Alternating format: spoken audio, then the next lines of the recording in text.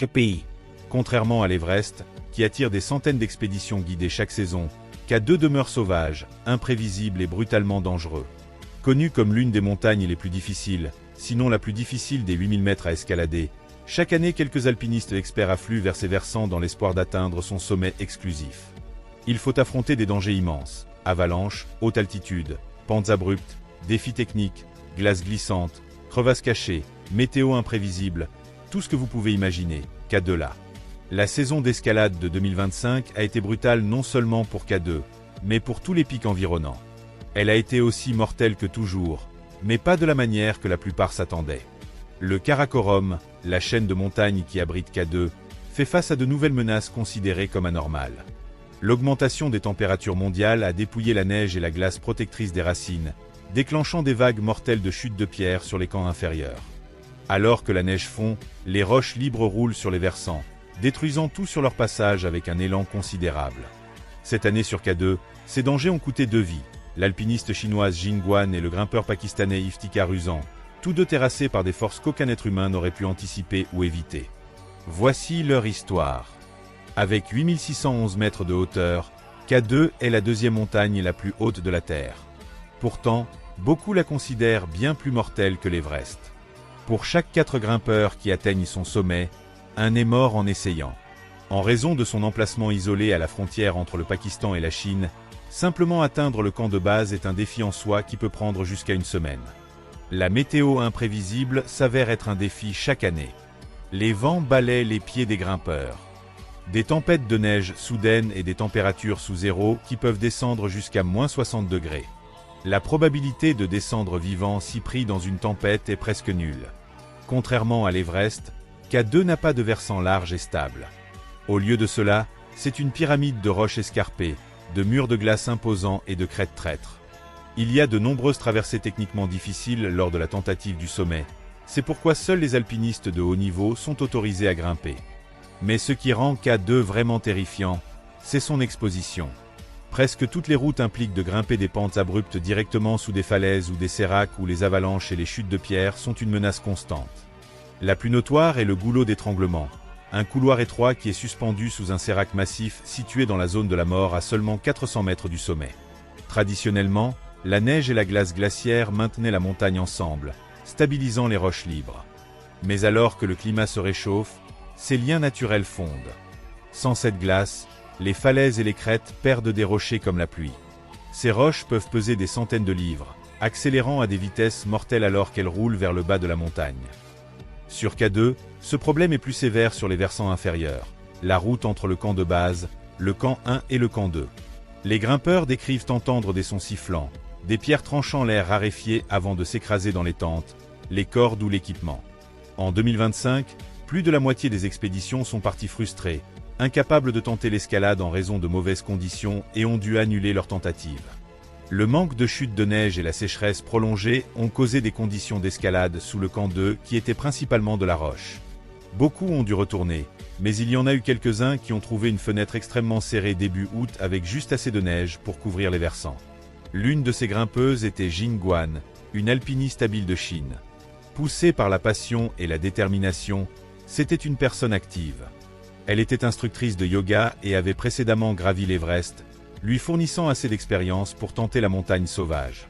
Elle rejoindrait l'équipe Imagine Népal dirigée par le légendaire alpiniste Mingma Sherpa. Dire qu'elle était entre de bonnes mains est un euphémisme.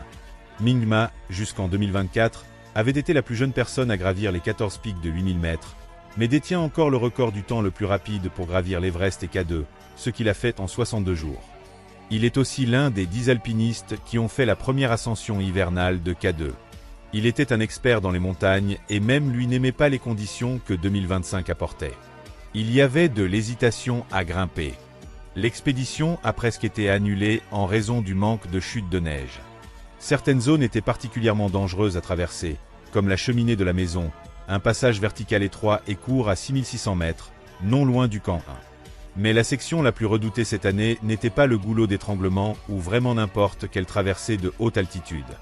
C'était la section abrupte entre le camp 1 et le glacier Godwin-Austen. Parfois, c'était une galerie de tirs de roches qui tombaient. C'était imprévisible. Si vous étiez pris là, il y avait peu de chances de survie. Mais l'équipe était patiente, attendant que Mingma détermine si les conditions permettraient une escalade. Les porteurs de haute altitude, qui avaient surveillé les conditions et courageusement installé des lignes aussi haut que le camp 3, envoyaient des rapports à ceux en bas. L'oxygène supplémentaire était stratégiquement placé le long de la route Oka, où la montagne permettrait aux alpinistes de grimper.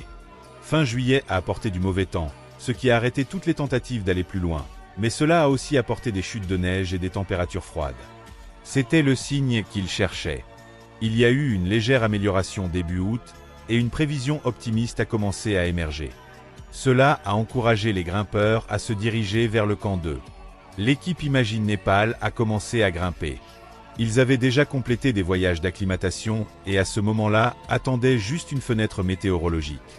Jing Guan était parmi eux. Ils devaient être rapides car il était estimé que leur bonne fortune ne durerait pas longtemps. Oui, les chutes de pierre avaient été la principale peur aux altitudes inférieures. Mais maintenant qu'ils grimpaient, les avalanches ou les tempêtes intenses pourraient être mortelles. Il a fallu quelques jours pour atteindre le camp haut. Dirigés par Mingma, ils ont choisi leur pas soigneusement. Le 11 août, l'équipe s'est réveillée bien avant l'aube.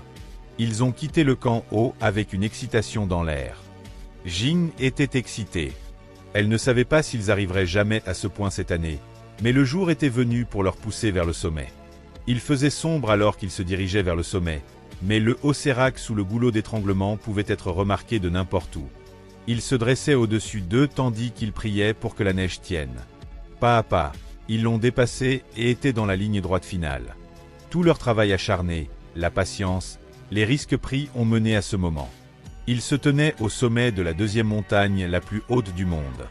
Seulement 4 expéditions étaient assez courageuses pour tenter l'escalade. Un total de 39 personnes ont atteint le sommet ce jour-là. La satisfaction était immense. Mingma avait mené son équipe à leur objectif dans une année d'escalade improbable. Jing avait maintenant gravi avec succès l'Everest et K2, un exploit que peu d'alpinistes réaliseront jamais. Ils étaient au sommet du monde, mais n'importe quel alpiniste vous dira qu'atteindre le sommet n'est que la moitié de la bataille. Tous les dangers qu'ils affrontent en grimpant, ils devraient les affronter à nouveau. Descendre est plus rapide que monter, mais certains considèrent que c'est plus dangereux. Les alpinistes peuvent être plus négligents puisque leur objectif a déjà été atteint. Le frisson de la poursuite est maintenant parti. Maintenant vous devez sortir de la montagne vivant. Une fois que tout s'était installé, Mingma a commencé les préparatifs pour le voyage de retour. Le soleil s'était levé, mais ils étaient trop haut en altitude pour ressentir de la chaleur. Ils se sont reposés pendant quelques minutes avant de commencer leur voyage vers le bas, marchant sur la crête du sommet, passant le goulot d'étranglement et continuant vers le bas de la montagne. Tout compte fait, les choses allaient très bien. Non seulement ils avaient atteint le sommet, mais ils faisaient du bon temps en descendant K2. Pas à pas, ils se sont rapprochés du camp de base. Ils sont allés aussi loin qu'ils pouvaient, mais cela avait été une journée fatigante et ils ne pouvaient pas descendre toute la montagne en un jour. Ils se sont arrêtés pour la nuit et se sont reposés. Le jour suivant, ils ont continué leur descente. Hier, l'expédition surfait sur l'euphorie d'atteindre le sommet, mais aujourd'hui, tout le monde était nerveux. Ils devraient descendre aux camps inférieurs, et les chutes de pierre n'avaient fait que continuer. Jing a continué à pousser pendant la majeure partie de la journée, et alors que le soleil commençait à se coucher, l'expédition traverserait avec succès la cheminée de la maison en retournant au camp 1. Tout ce qui restait était la dernière section, le glacier Godwin-Austen. Il approchait maintenant 10 heures du soir et l'équipe était presque de retour au camp de base. C'est alors que cela s'est produit. Un son sifflant dans le vent. Il n'y avait pas de temps pour se préparer. Cela s'est passé en un instant. Jing a été frappé par une roche tombant de la montagne. C'était imprévisible et mortel. Il a fallu un moment aux autres pour réaliser ce qui s'était passé, mais finalement il n'y avait simplement rien que quiconque puisse faire. Ils se sont mis à l'abri et se sont assurés que c'était sûr avant de se diriger vers Jing et de confirmer les détails. L'expédition relayerait l'information aux autorités et une opération de sauvetage a été lancée. La récupération sur K2 est toujours compliquée. Le versant est instable avec plus de débris menaçant de tomber. Les équipes risquent leur propre vie pour atteindre les grimpeurs tombés. Après des jours d'efforts et l'un des sauveteurs blessé lui-même, les conditions ont tenu assez longtemps pour qu'il puisse récupérer son corps et la retourner à sa famille en Chine. Cependant, Ce n'était pas le seul incident sur K2 cette année. Seulement un mois auparavant, quand les conditions de chute de pierre étaient à leur pire, un porteur de haute altitude du Pakistan, Iftikhar Uzan, travaillait à préparer la montagne pour la saison d'escalade à venir. Les porteurs de haute altitude sont payés par les leaders d'expédition pour ouvrir la voie sur la montagne, creusant les routes, installant des lignes fixes et stockant de l'équipement le long du chemin. Certains iront aussi haut que le sommet pour s'assurer que les routes de l'expédition sont établies et prêtes pour les alpinistes. Dans tous les cas, ils sont d'eux-mêmes des alpinistes, et comme certains diraient, ils prennent le plus grand risque de tous. Le 18 juillet, Uzan et 3 autres porteurs retournaient au camp de base après avoir travaillé dans les camps supérieurs. Il y avait peu de neige et plus de roches étaient exposées que ces dernières années.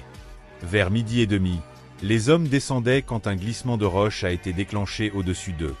Les autres porteurs se sont précipités pour sortir du chemin, mais Uzan a été emporté. C'était brutal. Il n'y est pas arrivé. Une équipe au sol a été immédiatement envoyée du camp de base, mais malheureusement il n'y avait rien qu'il puisse faire pour sauver sa vie. C'était trop tard. Les autres membres de son groupe étaient dévastés mais sont sortis indemnes. Tous les membres sont retournés au camp de base tandis qu'ils ont mis en pause les opérations sur la montagne pendant quelques jours pour se ressaisir. Les tragédies de 2025 ne sont pas un incident isolé.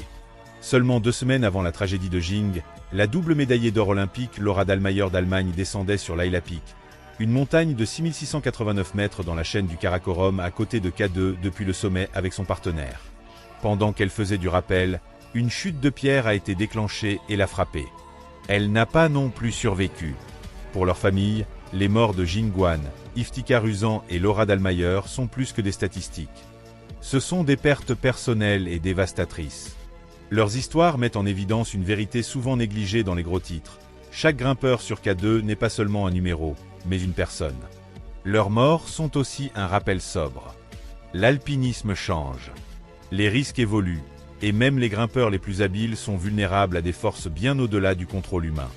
K2 a toujours été appelé la montagne sauvage, mais en 2025, il a révélé un nouveau visage de sauvagerie. Pas dans les tempêtes, pas dans les avalanches, mais dans l'effondrement silencieux de ses propres fondations. La montagne sauvage a réclamé de nombreuses vies auparavant, et elle en réclamera beaucoup d'autres. Mais avec chaque perte, nous nous souvenons à la fois de la beauté et de la brutalité des hauteurs. Et pour ceux qui rêvent encore de K2, la question demeure toujours, le sommet vaut-il le risque ?